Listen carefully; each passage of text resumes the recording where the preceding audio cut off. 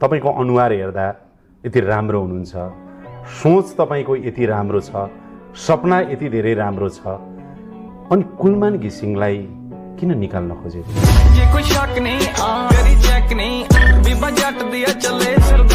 तपाईकै अग्रज जो आइजिपी हुन पाउनु भएन, उहाँलाई बेला बेला त्यसले च्वासा घोज्छ। उहाँले नै भनेको चाहिँ पुलिसको बढुवा हुनका लागि त नेताको घरमा ब्रिफकेस पुर्याउनै पर्छ। मैले त कहीँ केही गर्नै परेन। यो ब्रिफकेसै नदिकन माने गजब बेइज्जती है।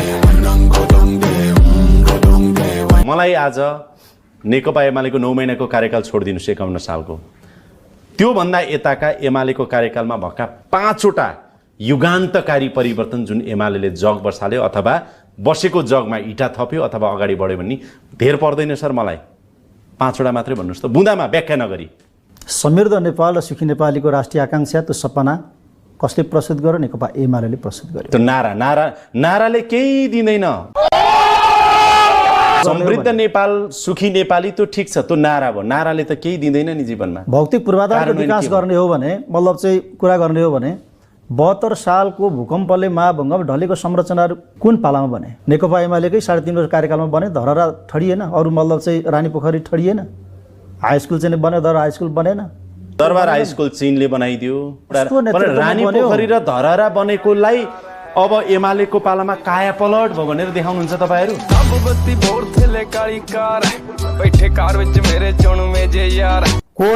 तपाईको यो जुन मनबाट भनिरहनु भएको छ स्पष्ट रूपमा, व्यवहारमा त्यो देखियोस्, तर प्रहरी अर्को प्रश्न पानी खाने भए खानु हो किन खानु? जब राजालाई 25 गते एयरपोर्टमा जति समर्थक आए, अब यसले के देखायो भनेदेखि गणतन्त्रको जग चाहिँ हल्लाएछ राजावादीहरूको प्रदर्शन र स्वागतले भन्ने देखायो। त्यो तरङ्ग पैदा त पक्कै पनि भएकै हो। त्यही तरङ्ग पैदा भएको हुनाले नै हामीले रियाक्सन दिनुपर्ने अवस्था आयो पनि। तपाईहरु डराकै हो।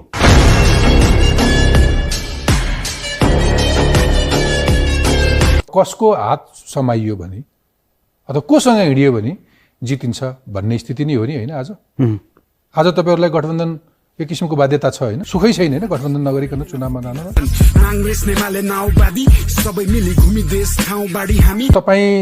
तपाई चुनावमा उत्रिने भनिसकेपछि त भेडा बाख्रा खसी बोका सबले लखेट्छन् नि, होइन? मैले सोध्न नपर्ने एउटा प्रश्न सोधु, सोध्न नआउने प्रश्न सोधु, तपाईलाई सजिलो हुन्छ यसैमा। हुन ल भन्नुस् एउटा छ। म छोराको कसम खाएर भन्छु भन्नु पनि एकचोटी भन्नुस् त। म मेरो छोरो जेवीरको कसम भुटानी शरणार्थी प्रकरणमा 1 रुपैयाँ पैसा खा छैन। भुटानी शरणार्थी प्रकरणमा 1 पैसा खा छैन। 2 करोड चाहिँ तपाईले लिनुभयो भनेर त अडियो चाहिँ के अडियो मेरो मात्रै आछ, अर्को अरू अडियो सुन्नु भएको छैन? कहीँ ओली र प्रचण्डको नाम लिइदिया छ, कहीँ शेखर र सुजाताको नाम लिइदिया छ। मेरो मात्रै अडियो रियल हुने, अरूको फेक हुने। यस्तो अडियो त 160 वटा छ त्यहाँ। कस्तो हेर्ने? घुसको पनि प्रमाण दिन्छ कसैले भने, भ्रष्टाचार पनि प्रमाण दिन्छ त। अनि भन्दैमा हुन्छ त। प्रहरीले खोज्छ नि। अस्ति पनि म तपाईलाई अर्को एक्जाम्पल प्रमाण त चपाइदिनु हुँदो रहेछ तपाईको कांग्रेसको नेताहरु।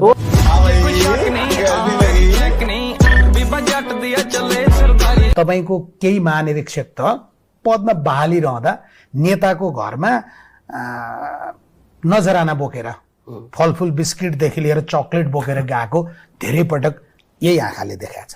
त्यो अरू विषय व्यक्तिगत क्यारेक्टर होला, कसको काम मलाई थाहा भएन, तर मेरो हकमा तपाईले यसरी देख्नुहुन्न। केही बुझाउन परेन? बुझाउनै परेन, केही गर्न परेन। किन जानुपर्ने? आवश्यकै भनेको भेटेर मात्रै पुग्यो। अनि भेट्न त पर्यो नि। मैले कसलाई भेट्नु पर्यो? गृहमन्त्रीज्यूलाई त भेट्नै पर्यो नि त। नेताको घरमा देउसी चाहिँ कति खेल्नु?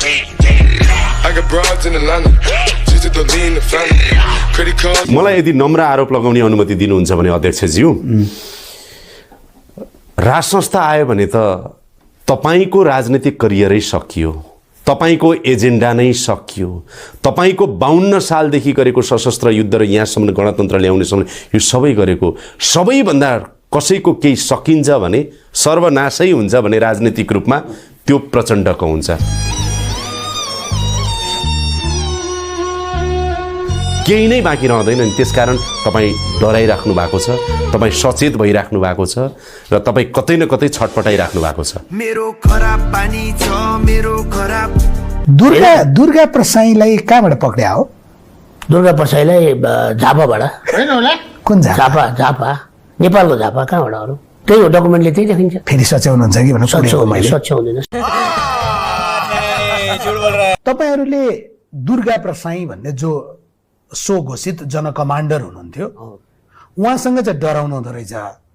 उहाँले गाडी पेलेर तपाईँका प्रहरी जवानहरूको हत्याको मनसाय हो। कासाथ जसरी अगाडि बढ्ने आओ आओ गर्दै जसरी बढ्नुभयो, उहाँलाई चाहिँ चटक्क समातेर काखी हालेर लिएर गएर सटरभित्र राखिदिने र सटरबाट सुरक्षित निकालेर भारततिर भगाइदिने उहाँलाई चाहिँ। अनि बाटोमा हिँडिरहेको रेबिका खत्रीलाई चाहिँ गोली हान्ने? त्यस्तो होइन होला, त्यस्तो होइन होला। बोला नभन्नुहोस् न, त्यस्तो भएको छैन सर। बाहिर घाम लागिरहेछ।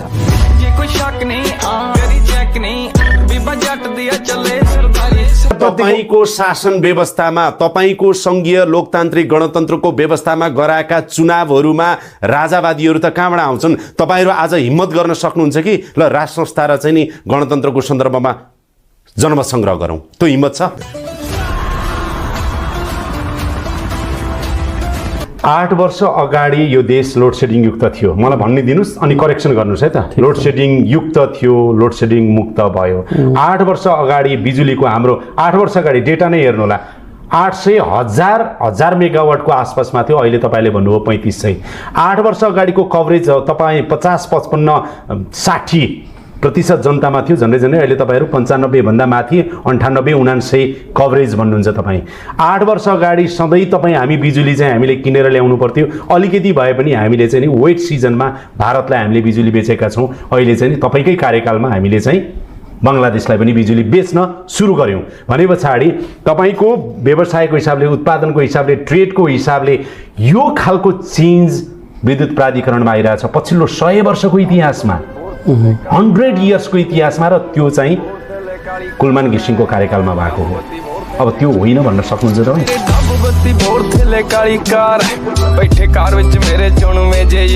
नेपाल प्रहरीको कुनै सरुवा बडुवा केहीमा कसैले पैसा लाग्छ भन्छ भने त्यसलाई लाग्दैन। बुझाउनुहोस् मलाई। हो त्यही भन्छु म। कामको आधारमा तपाईँको समयमा न्याय हुन्छ। मेरो चेन अफ कमान्ड बस्छ, काम गर। ग्रेट। त्यस कारणले मैले मेरो मातालाई पनि हजुरले सोद्धा हुन्छ घर कसरी भएको छ, पाएको नि मान्छेले तैँले कसरी पाइस्, उसलाई थाहै छैन।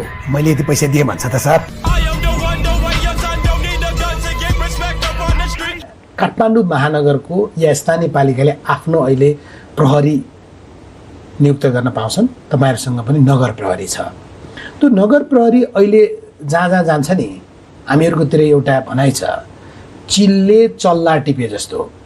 त्यो चाहिँ के गर्न पठाएको?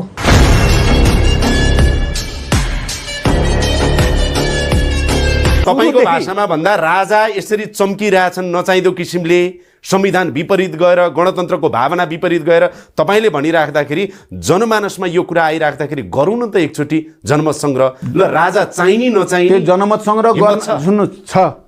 मैले तपाईँलाई अघिदेखि भन्नु एकदम सुन्नुहोस्, पहिलो कुरा लगेर अब जनमत सङ्ग्रह गरौँ भनेर तपाईँ जनमत सङ्ग्रह गर्ने भनेको राजाले चाहिँ राप्रपाको कि त नेता भएर आउनु पर्यो, पार्टी खोल्नु पर्यो, जनमत लिन जानु पर्यो, उनलाई त्यो स्वतन्त्रता दिन हामी तयार। संसारमा राजाले पार्टी कहिले खोल्दैन। तीन कुनै घटना जसरी घट्यो त्यसमा प्रहरी महानिरीक्षक दीपक थापाको कमजोरी भयो? कुनै कमजोरी भएको छैन। त्यहाँ जे गर्नुपर्ने थियो त्यो गरेको हो। भने बाटा हिँड्ने मान्छेलाई गोली हाल्यो।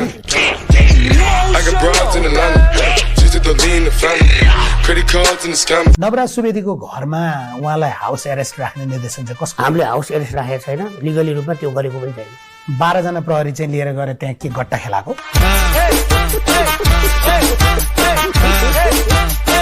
60 सालदेखि यता 80 सालसम्म आउँदा झन्डै 73 वर्ष, 70-75 वर्ष भनेको सामान्यतया एउटा नेपालीको औसत आयु, औसत जीवनकाल, एउटा जीवनभर सकसमा बिताउनु पर्ने। अनि यिनै नेताको भक्तिगान फेरि पनि गाउनु पर्ने।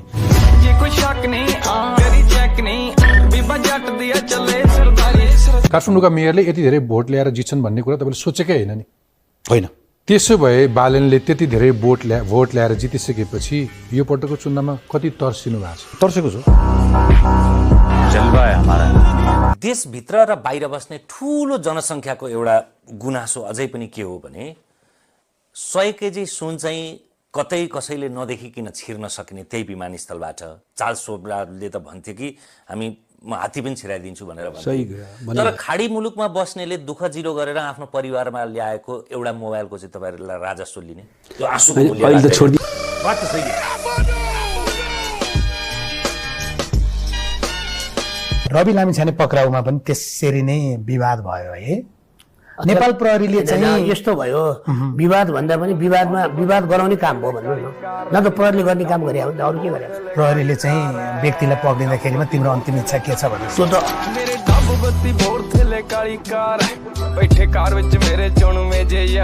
त मैले प्राप्त सूचना अनुसार चाहिँ छातीमै ताकेर गोली हान्ने आदेश चाहिँ त्यो अन्तिम बिन्दु हो।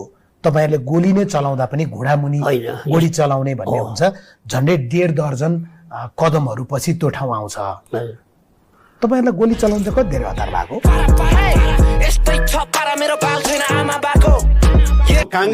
काङ्ग्रेसलाई भोलि राज संस्था फर्किहाल्यो भने 47 सालको संविधान त काङ्ग्रेस एमाले मानेको।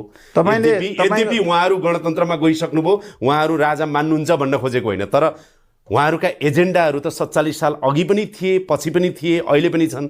माओवादीको एजेन्डा त गणतन्त्र, मलाई संघीयता, धर्मनिरपेक्षता, सुन्नु न, ती सबै सकिन्छन्। त्यो चाहिँ हो। तपाईँले त्यस्तो भयो भने, काल्पनिक कुरा गर्ने हो भने त्यस्तो त हुन्छ। तर म अर्को पाटो हेरिरहेको छु मैले। यदि त्यस्तो दुर्घटना हुने नै स्थिति आयो भने प्रचण्ड र माओवादीको झन् ठुलो खोज जनताले गर्नेछ, झन् ठुलो आवश्यकता बोध हुनेछ र विशाल आन्दोलन फेरि हुन्छ। होइन, अब जङ्गल पस्न त सकिँदैन। आगामी वर्षसम्ममा सबै ड्रप आउट समाप्त पार्छौँ भनेको छ र शिक्षा क्षेत्रमा ठुलो परिवर्तन ल्याउँछौँ। हामीले हाम्रो आवश्यकता अनुसारको जनशक्ति उत्पादन गर्ने योजनाबद्ध विकास गर्छौँ भनेर हामीले भनेका छौँ। स्वास्थ्य क्षेत्रलाई त्यसै गरी नेताहरूले जिम्मा लिएका भनिएका विद्यार्थीहरू त अहिले स्कुल गएका छैनन् भनेर रिपोर्टिङहरू आइरहेछन् जिल्लाबाट।